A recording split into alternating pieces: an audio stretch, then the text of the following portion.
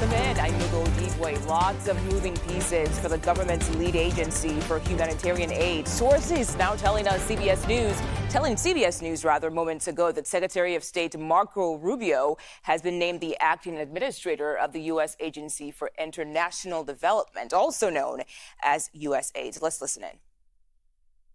Look, I mean, my frustration with USAID goes back to my time in Congress. It's a completely unresponsive agency.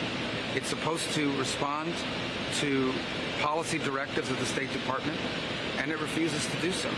So the functions of USAID, there are a lot of functions of USAID that are going to continue, that are going to be part of American foreign policy, but it has to be aligned with American foreign policy. I said very clearly during my confirmation hearing that every dollar we spend and every program we fund, that will be aligned with the national interest of the United States.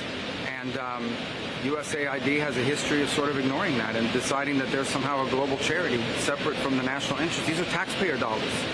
And so I'm very troubled by these reports that they've been unwilling to cooperate with people who are asking simple questions about what does this program do, who gets the money, who are our contractors, who's funded.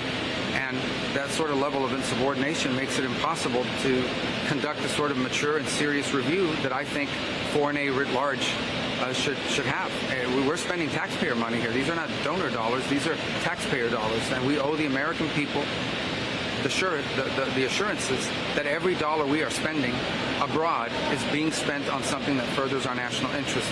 And so far, a lot of the people that work at USAID have just simply refused to cooperate. Are you currently in charge of USAID, or are you acting? I'm the acting director of USAID. I've delegated that authority to someone, but I stay in touch with him. And again, our goal was to go in and align our foreign aid to the national interest.